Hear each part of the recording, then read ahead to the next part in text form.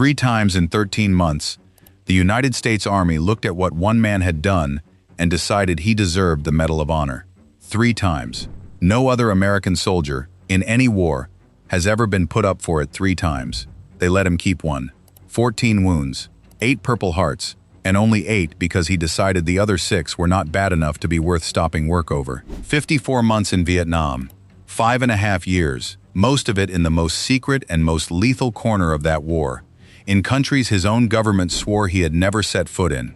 When he was finally torn up badly enough that his friends thought they would never see him again, he broke out of the hospital and went back to it. His name was Robert Howard, and when the radio call came through telling him the nation was going to give him its highest award, he was standing in the middle of another firefight, bleeding from a fresh wound that would become one more Purple Heart on a list already too long to believe. He did not feel proud. He thought he had failed. 37 men went into that jungle with him. 6 came out. And here is the part that should stop you cold. The other 2 times, his country agreed he had earned it, and then took it back. Not because he fell short, because those 2 happened in Laos and Cambodia, and America was not fighting in Laos or Cambodia. You cannot hand a man your highest honor for a battle you swear never took place. The citation would be the confession. This is the story of the man the secret war stole from twice. Now, you will see him called the most decorated soldier in American history, and I want to be careful with you about that, because careful is the whole point of this channel. The serious sources hedge it, widely considered. Possibly the most decorated of the modern era. The strongest version of the claim comes from one man who served alongside him. So I am not going to sell you a superlative, because the numbers you just heard do not need the help. Over the next few minutes, I am going to show you how a boy from Alabama, whose father was killed in a war before him, ended up spending 5.5 years in the most secret war on the planet. I am going to show you what he actually did in those 13 months, 3 times over, in a row, so you can feel the pattern of it. And I am going to show you exactly why 2 of the greatest acts of his life officially never happened. Then I am going to end on the single sentence he said afterward, which tells you more about the man than every medal combined. Let's start with his father, because Bob Howard's story does not begin with him. He was born in Opelika, Alabama in 1939, and the war took his family before it ever got to him. His father Charles and an uncle were both drafted into the Second World War. Both became paratroopers in the 101st Airborne. Both were killed. His mother worked in a textile mill, and Bob and his sister were raised largely by their grandparents. That is the whole of it, and I am not going to dress it up, because it does not need dressing up. This was a family that had already paid, in a country where a lot of families had already paid, and there was nothing unusual about it except what the boy did with it. He enlisted in 1956, at 17, about a month after finishing high school, and when he finally reached Vietnam in 1965, on his first tour, he went with the 101st Airborne, his father's old unit, the same division his father had jumped with and died in. I am not going to tell you what that meant to him, because he never really said, and inventing his feelings would be a lie. But sit with the shape of it for 1 second. A boy grows up without a father because of a war and an airborne division. And the first thing he does when his own war arrives is put on that division's patch and walk into it. Whatever that is, it is not ordinary, and it is the first sign of the thing that defines everything that follows. Bob Howard did not look for the exit. He walked toward the place his family had been destroyed. And then he found something even further in. He ended up in Mac Phu Sog, the Military Assistance Command Vietnam Studies and Observations Group, and if you have seen the video I made about that unit, you already know what a deliberately boring name it was. Behind it sat the most classified special operations unit of the entire war, running reconnaissance and covert action across the borders into Laos and Cambodia, into countries where no American soldier officially existed. Tiny teams, deep in enemy ground, hunted by dedicated enemy trackers, doing work their own government would deny if it went wrong. Men who signed away 20 years of their lives to silence. That was the world Bob Howard chose to spend most of his adult youth in. And now the number that makes the rest of this video make sense. He spent about 5.5 years in Vietnam, 54 months. Not 54 months in the army. 54 months in the country, most of it in the worst, most secret corner of it, on missions where getting caught meant your death would have to be disguised. Ask yourself how anyone survives that arithmetic. Tour after tour, in the one place where the odds were the ugliest. Asked why, he gave an answer so plain it is almost frustrating. That was where he could serve the most. The 14 wounds are the part people quote, but the 8 Purple Hearts are the part that actually tells you who he was. 14 times he was hit. 8 times it was written down. The other 6, by his own account, were not bad enough to take him out of the action, so they simply were not worth counting. Think about what that says about the man's internal scale. He had a private threshold for what qualified as being hurt, and it was set somewhere the rest of us cannot see. And when he was finally hurt badly enough that the men of Sog genuinely feared they would never see him again, badly enough for a hospital bed, he broke out of the hospital and went back to his unit. They gave him a battlefield commission to lieutenant. This is a man who had to escape from medical care in order to return to a war that officially did not exist. That is the engine of this entire story. Not one heroic afternoon, a refusal to leave, sustained for 5.5 years, until his own body was carrying so much foreign metal that he would live in pain for the rest of his life. And I want you to try to feel the weight of that, because it is the thing that separates Bob Howard from every other famous name of this war. Courage in a single moment is one kind of thing. A man can be brave for 10 minutes on adrenaline and instinct, and then it is over, and he goes home and spends the rest of his life being the man who did that once. Howard did not get to go home. He went back. Picture the shape of the years instead of the seconds. You go out on a mission where being seen means dying, and it goes badly, and men you know do not come back, and you are hit, and you heal, and then you do it again, and again. And by the 3rd year you have stopped being able to tell yourself that the odds will hold, because you have watched them fail for everyone around you. The men who served with him were not on a single mission. They were on a treadmill of them, and the treadmill only had 2 exits, and one of them was a body bag with the wrong country written on the paperwork. Most men who could leave, left. That is not cowardice, it is arithmetic. Howard could have left after 1 tour with a chest full of ribbons, and nobody would ever have said a word. He stayed for 5.5 years. The wounds are not the achievement. The going back, 14 times over, knowing exactly what was waiting, is the achievement. So what did he actually do in those 13 months?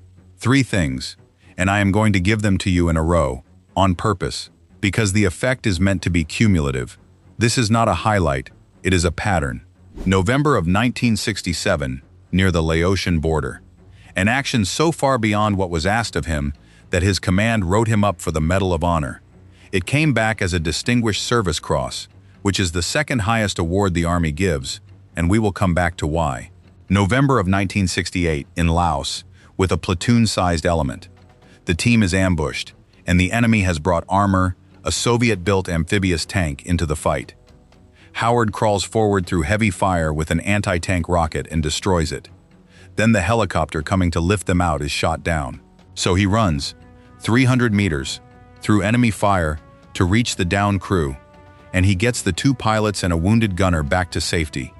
And then, because the extraction still cannot happen while a 37mm anti-aircraft gun is covering the landing zone, he goes and silences the gun. That is 3 separate things, any one of which would define another man's war. Inside a single engagement, his command wrote him up for the Medal of Honor. It came back as a Silver Star. And the 30th of December 1968, in Cambodia, on a mission to find a missing American. Howard is second in command of a platoon-sized force that walks into hell. He is wounded, and a grenade blast destroys his weapon and leaves him unable to walk. He sees his lieutenant lying badly hurt and exposed, and so, with no weapon and no working legs, he crawls out into the fire to get him. On the way, a round hits his ammunition pouch and detonates the magazines on his body. He gets the officer back anyway. Then he reorganizes what is left of the platoon and, for 3.5 hours, drags himself from position to position directing their fire. And he does not leave that landing zone until every single one of his men is aboard the helicopters. 3 times, 13 months. And I want you to notice the thing that should be making you angry by now, because it is the reason this video exists. 2 of those 3 came back downgraded. Same man, same standard, same country, different answer. Before I tell you why, I want one thing from you, because this next part is the whole reason I dug into this man, rather than another famous name. If you think a soldier who earned his country's highest award 3 times and was allowed to keep one deserves to be more than a footnote, then stop right now and subscribe, and leave the words 54 months in the comments. That is the only thing that pushes this in front of people who have never heard his name. One tap. Do it now, because the reason for those downgrades is the ugliest and most interesting fact in this entire story. The first 2 actions happened in Laos. The first 2 actions happened in Cambodia and along that border. And the United States of America was not fighting in Laos or Cambodia. Officially, there was nothing there. No Americans, no operations, no war.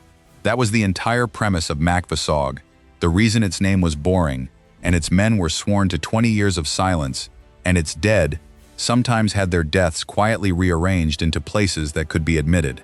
And a Medal of Honor is not a private thing. It is the loudest award the country has. It comes with a citation that says what a man did, and where, and against whom. Read out in public, in front of the president. You cannot hand a man the nation's highest honor for destroying a Soviet tank in a country you swear you have never entered. The citation itself would be the confession. So they gave him the next thing down, and then the next thing down again. A Distinguished Service Cross for the first, a Silver Star for the second. Not because a review board decided he had fallen short, because of the covert, top-secret nature of the operations. The paperwork was not the problem. Geography was the problem. The truth was the problem. And understand exactly how that machinery works, because it is not bureaucratic pettiness. It is the logic of the lie. An award is not just a piece of metal. It is a document. To give a man a medal, the Army has to write down what he did. And to write down what he did, it has to say where he was, who he was fighting, and what happened. The bigger the award, the more public the document. A Medal of Honor is the most public document the American military produces. It is read aloud. It goes in the newspapers.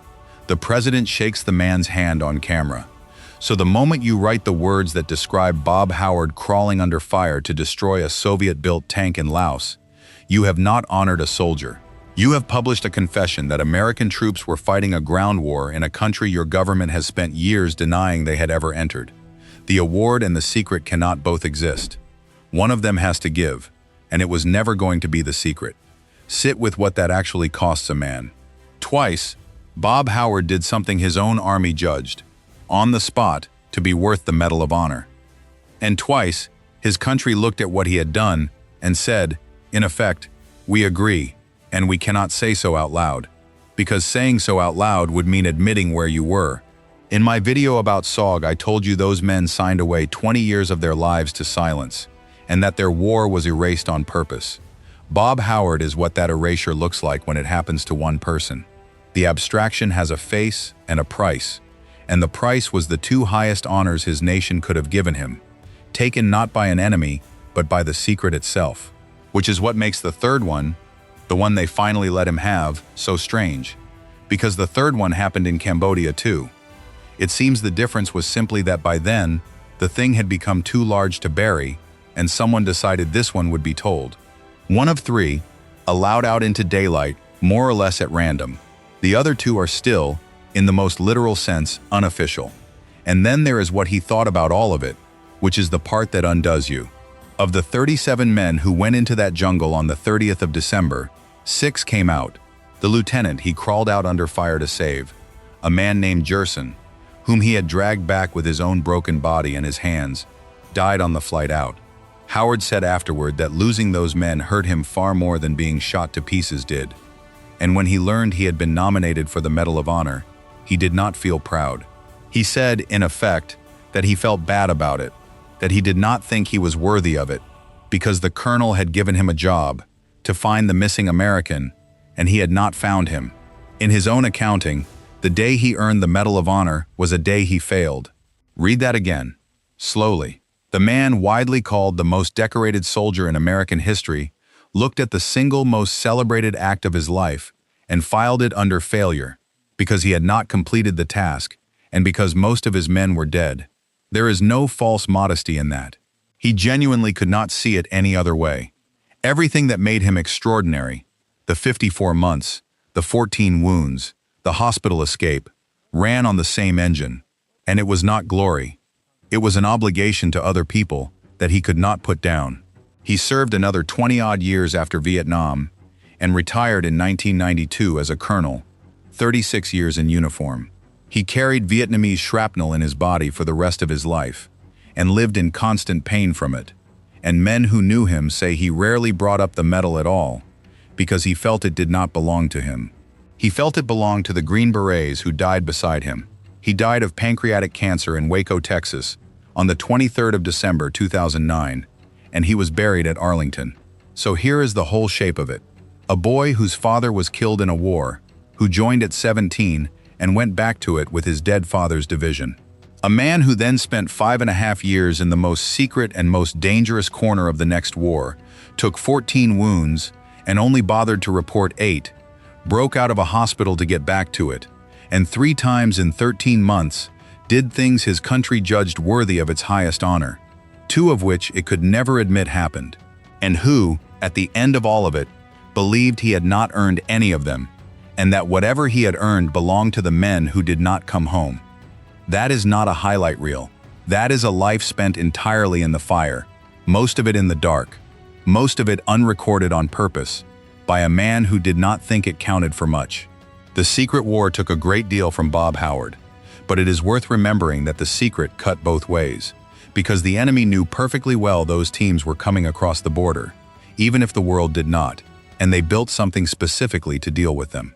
Not ordinary soldiers, but specialists, hunters, whose entire purpose in the war was to find the tiny reconnaissance teams slipping into their sanctuaries and destroy them. They were very good at it.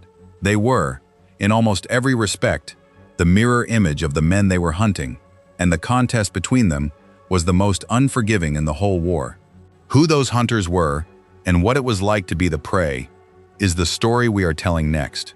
Because you have now seen what the secret war cost the men who fought it, it is time you met the men waiting for them on the other side.